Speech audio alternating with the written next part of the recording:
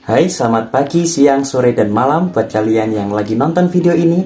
Jumpa lagi bersama saya Amiruddin Al-Haidar dalam video pembelajaran keterampilan berbahasa. Pada kesempatan kali ini, saya akan membahas materi selama semester 3 ini mengenai 4 aspek keterampilan berbahasa. Untuk itu, mari kita simak videonya.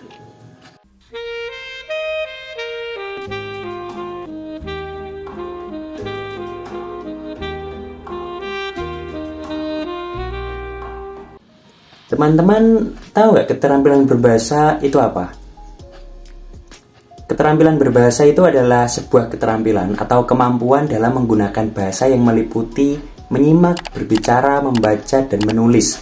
Nah, keterampilan berbahasa sendiri terbagi menjadi 2, yaitu ada lisan dan ada juga yang tulis. Nah, keterampilan berbahasa secara lisan itu meliputi keterampilan menyimak dan berbicara. Sedangkan keterampilan berbahasa secara tulis itu meliputi membaca dan menulis. Dari keempat aspek keterampilan berbahasa tersebut, kita akan berfokus pada keterampilan berbahasa yang berbicara. Nah, keterampilan berbahasa berbicara itu setelah seseorang menyimak bunyi yang didengarnya, ia lalu akan menirukan serta mencobanya dalam bentuk berbicara. Nah, apa sih keterampilan berbicara itu sendiri? Nah, jadi teman-teman, keterampilan berbicara merupakan sebuah keterampilan yang dimiliki seseorang untuk menyampaikan ide, perasaan maupun gagasannya kepada orang lain secara lisan. Nah, jenis-jenis keterampilan berbicara itu bisa berupa berbicara, berdebat, berdiskusi, pidato, wawancara, dan lain sebagainya. Masih banyak lagi contoh lainnya. Nah, tujuan keterampilan berbahasa berbicara ini adalah untuk mengembangkan kemampuan seseorang dalam menyampaikan ide, informasi, atau perasaan secara lisan dengan jelas, tepat, dan efektif. Nah, setelah kita mengetahui tentang tujuannya, kita akan manfaatnya. Nah, keterampilan berbahasa berbicara itu punya berbagai manfaat juga yang sangat penting dalam kehidupan sehari-hari. Contohnya itu meningkatkan kemampuan berkomunikasi. Kalau kita punya skill berbicara yang baik, kita bakalan lebih mudah untuk menyampaikan informasi, menyampaikan ide, ataupun menyampaikan perasaan secara jelas. Contohnya di sini kalian curhat kepada teman kalian. Manfaat yang kedua itu ada untuk membangun hubungan sosial. Nah, keterampilan berbicara itu memungkinkan seseorang untuk lebih mudah berinteraksi dengan orang lain. Gampanglah untuk cari teman. Kemudian manfaat yang ketiga yaitu ada untuk meningkatkan kepercayaan diri. Nah, kemampuan berbicara dengan baik itu di depan umum atau dalam percakapan dapat meningkatkan rasa percaya diri. Contohnya itu di saat acara formal, terus presentasi, maupun memberikan sambutan di suatu acara. Nah, setelah kalian mengetahui tentang tujuan dan manfaat keterampilan berbicara, kita akan membahas tentang keterampilan berbicara itu sendiri. Nah, keterampilan berbicara itu dibagi menjadi 4. Di sini ada keterampilan fonetik, kemudian keterampilan semantik, keterampilan vokal, dan keterampilan sosial.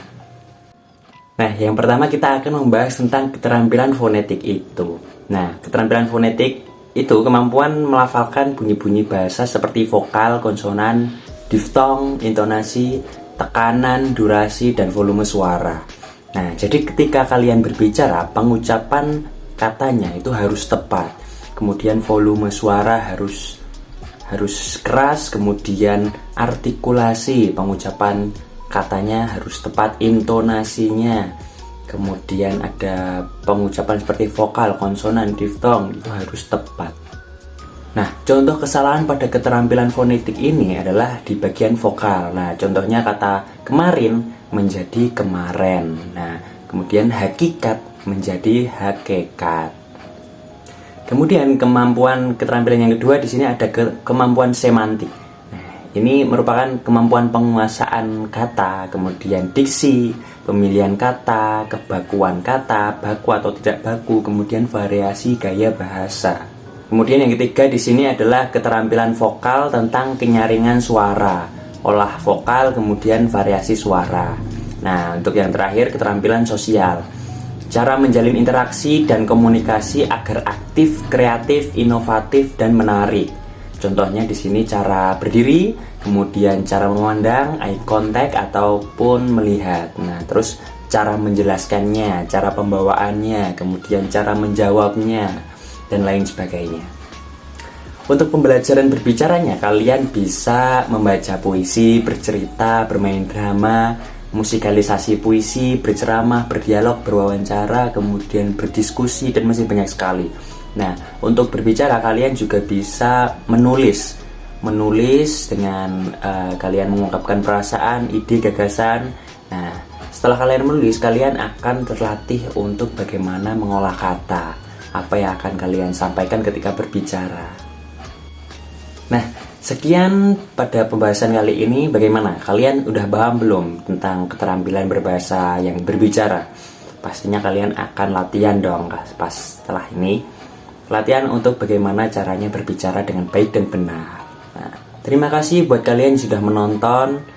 Jangan lupa like, subscribe, dan komen di bawah. Jika kalian ingin memasukkan kritik atau saran, kalian bisa komen di bawah. Terima kasih.